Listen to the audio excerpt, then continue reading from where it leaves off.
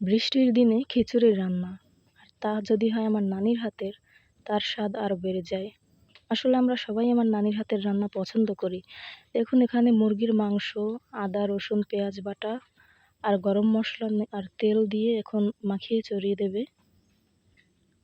আমরা লাকড়ির চুলাতেই রান্না করি, আর লাকড়ির চুলাতে বৃষ্টির দিনে রান্না করা একটু কষ্টকরই হয়ে যায়। আর যেহেতু আমার সাথে একটি ছোট বেবি আছে, তাই আমি তেমন একটা সময় বের করে রান্না করতে পারি না, ওকেই বেশি সময় দিতে হয়। তাই আমার নানি আমার কাছে আসে আর আমাকে অনেক হেল্প করে, আর রান্নাও করে দেয়। আর আমার শ্বশুর আর আমার হাজবেন্ডও আমার নানির হাতের রান্না অনেক পছন্দই করে। আমার বেবি আর আমি 2 দিন অসুস্থ ছিলাম, আর আমার নানির হাতের খিচুড়ি রান্না খেতে খুব ইচ্ছে করছিল, তাই আমার নানি আজকে তা রান্না করছে। খিচুড়ি রান্না করার জন্য আগে মাংসটা রান্না করে নিচ্ছে, কারণ এটা খিচুড়ির সাথে সেদ্ধ হবে না, যেহেতু ঝুরা খিচুড়ি রান্না করা হবে। তাই মাংসটা ভালো করে নানি কষিয়ে নিচ্ছে, আর আমি পাশে বসে আমার বেবিকে নিয়ে ভিডিও বানাচ্ছি। সবাই ভিডিও দেখলে অবশ্যই বুঝতে পারবে, কারণ আমার বেবি বারবার মোবাইলটা ধরার চেষ্টা করছিল, তাই আমার হাত কাঁপছিল। মাংসটা ঢেকে দিয়ে আমরা অফ ক্যামেরাতে ছিলাম, আর এখন এটা নানি ঢাকনাটা উঠিয়ে আবার নেড়ে নিচ্ছে। এতে করে রান্নাটা ভালো হবে, মাংসটা ভালো কষানো হবে আর সিদ্ধ হবে। যেহেতু বৃষ্টি হচ্ছিল, তাই বাতাসে বারবার জালও নিভে যাচ্ছিল, যার কারণে রান্না করতেও একটু কষ্ট হচ্ছিল। আর অনেক পরিমাণে ধোঁয়া হচ্ছিল, যার কারণে ভিডিওটাও একটু ঘোলা উঠেছে। তো এখন এখানে মরিচের গুঁড়ো আর হলুদের গুঁড়ো দিয়ে কষিয়ে নিচ্ছে। এর আগে মাংসটা মাখানোর জন্য আদা পেঁয়াজ রসুন বাটা নিয়েছিল, আর এখন পরিমাণ মতো মরিচ হলুদ নিয়ে আবার কষাচ্ছে। খিচুড়িটা হবে আমাদের রাতের খাবার, তাই আমরা এখন আগে গোস্তটা রান্না করে রাখবে। এরপরে দুপুরের খাবারের পর খিচুড়িটা চড়িয়ে দেবে। অফ ক্যামেরায় আমরা সকল প্রস্তুতি নিয়ে নেব। তো আপনারা যারা আমার চ্যানেলে আজকে নতুন, প্লিজ আমার চ্যানেলটিকে সাবস্ক্রাইব করে দিবেন আর একটি লাইক করে দিবেন। আর এরকম ইউনিক রেসিপি পাওয়ার জন্য অবশ্যই আমাকে কমেন্ট করবেন যে আপনারা কোন রেসিপিটা চান। আর আমার ভিডিও সবথেকে আগে দেখতে হলে প্লিজ চ্যানেলটিকে সাবস্ক্রাইব করুন আর আমার পাশে থাকুন।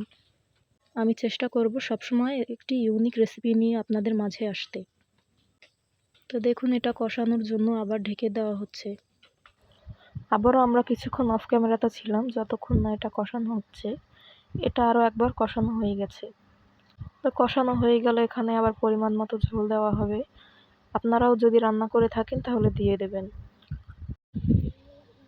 এটা ছিল জিরার পানি, আসলে মশলা বাটার সময় একটু পানি বেশি হয়ে গিয়েছিল, তাই ওই পানিটুকু দিয়ে আবার রান্নার জন্য দিল।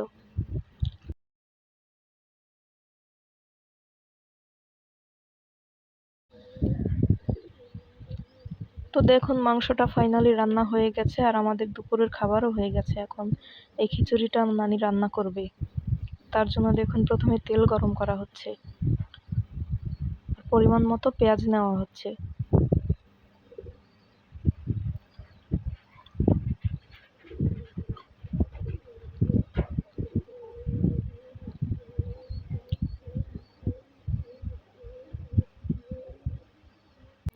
খিচুড়ি রান্না করার জন্য এখানে শুধু পেঁয়াজটাই নেওয়া হয়েছে, কারণ মশলা যা নেওয়ার ছিল তা মুরগি রান্না করার সময় নেওয়া হয়েছিল,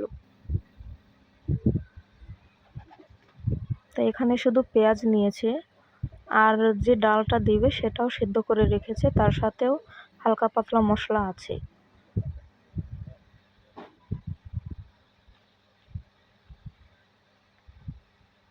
এখানে আমরা রান্না করার জন্য পোলাওয়ের চাল, মুগের ডাল, মসুরি ডাল আর বড় ডাল যেটা পরে দেওয়া হয় সেটা সেদ্ধ করে নেওয়া হবে পরে। এখন শুধু 2 পদের ডাল আর পোলার চালটা ভেজে নিচ্ছে।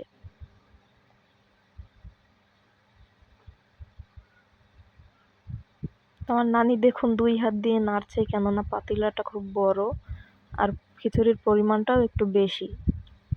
যেহেতু রাতে খাবো, থাকলে সকালেও যেন সবাই খেতে পারি, কেননা গ্রামের বাড়ি সকালবেলা নাস্তাটা জোগাড় করতে খুবই কষ্ট হয় আর সময়টাও পাওয়া যায় না। যেহেতু ছোট বেবি আছে, সকালবেলা উঠেই থালা বাসন ধোয়া, জামা কাপড় ধোয়া, ওদের টেক কেয়ার করতেও খুব সময় লাগে, তাই সকালবেলা নাস্তাটা বানানো হয় না। যদি একটা রাতের খাবার থাকে সেটা খেয়েও সকালের নাস্তাটা হয়। দেখুন এই ডালটা কিন্তু বাড়তি নেওয়া হয়েছে, এটা হলো ছোলার ডাল সেটা আগে থেকেই সেদ্ধ করে নেওয়া হয়েছে। আপনারা যদি চান খিচুড়িতে কোনো বাড়তি আর একটু মশলা নিতে তাহলে নিতে পারেন। এখানে শুধু হলুদ দিয়ে সেদ্ধ করা হয়েছে। আর এটা আগে থেকে একটু সেদ্ধ করে নেওয়া হয়েছিল, কারণ এটা খিচুড়ির সাথে সিদ্ধ হতো না। আপনারা চাইলে কোনো রকম সবজিও নিতে পারেন, যে সবজিটা আপনারা পছন্দ করেন। আমরা এখানে কোনো সবজি নেইনি।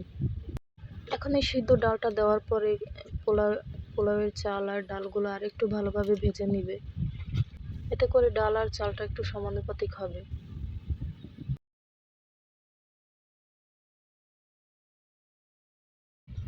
তো চাল আর ডালটা ভাজা হয়ে গেছে। এখন আমরা এখানে গরম পানি দিয়ে দেব, যাতে একটু তাড়াতাড়ি হয়। রান্না তাড়াতাড়ি হওয়ার জন্য আমরা গরুর মাংসতেও এভাবে গরম পানিই দেই। গরম পানিটা আগে থেকেই নানি করে রেখেছিল। এখন এই পানিটা খিচুড়িতে দিল, যাতে খিচুড়িটা একটু তাড়াতাড়ি হয়। যেহেতু ঝুরা খিচুড়ি হবে, তাই একটু পরিমাণ বুঝে পানিটা দেওয়া হয়েছে। আপনারাও তাই করবেন। এখন এটাকে একটু নেড়ে চেড়ে ঢেকে দেব, যাতে এটা ভালো করে সেদ্ধ হতে পারে।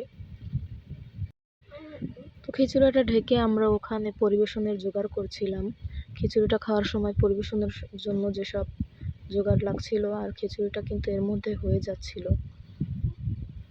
তা আপনারা একটু বারবার এটাকে নাড়বেন, যাতে পানির পরিমাণটা বুঝতে পারেন বেশি হলো বা কম হলো।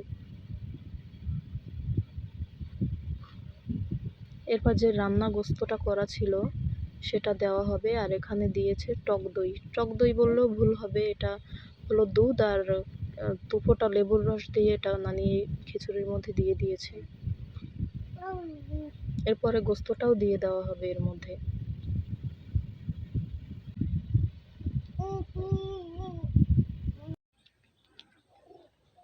এবার দেখুন, এটা কিন্তু সেই রান্না করা মুরগির মাংসটা এখন উপর থেকে এটা দিয়ে দিচ্ছে। আর আমরা আস্ত একটা বোম্বাই মরিচ দিব, যাতে ঘ্রাণটা ভালো আসে।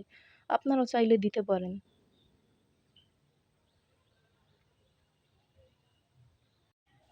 মাংসটা দেওয়া হয়ে গেছে, এবার এটাকে আমরা ঢেকে দেব।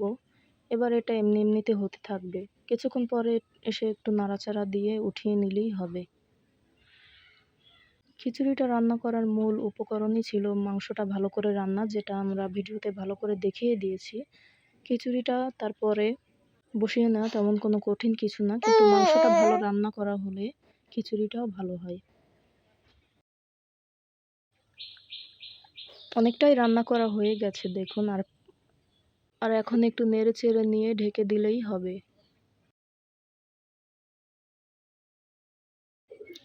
রান্নার প্রায় শেষের দিকে চলে এসেছি। যারা আমার চ্যানেলটি সাবস্ক্রাইব করেননি, প্লিজ সাবস্ক্রাইব করে দিবেন। আর যদি আমার ভিডিওর কোনো একটি অংশও ভালো লেগে থাকে, প্লিজ একটি লাইক করে দিবেন। আর যদি আপনারা কোনো ইউনিক রেসিপি চান, অবশ্যই আমাকে কমেন্টে জানাবেন। আর আমার ভিডিওটা কেমন লেগেছে তাও অবশ্যই কমেন্টে জানাবেন। তো আমাদের খিচুড়ি প্রায় হয়ে গেছে। এখন আমরা এটা ভালো করে নেড়ে চেড়ে হয়ে গেলে উঠিয়ে নেব। তো আপনারাও যদি এরকম করতে চান করতে পারেন। তো সবাই ভালো থাকবেন, সুস্থ থাকবেন। আল্লাহ হাফেজ।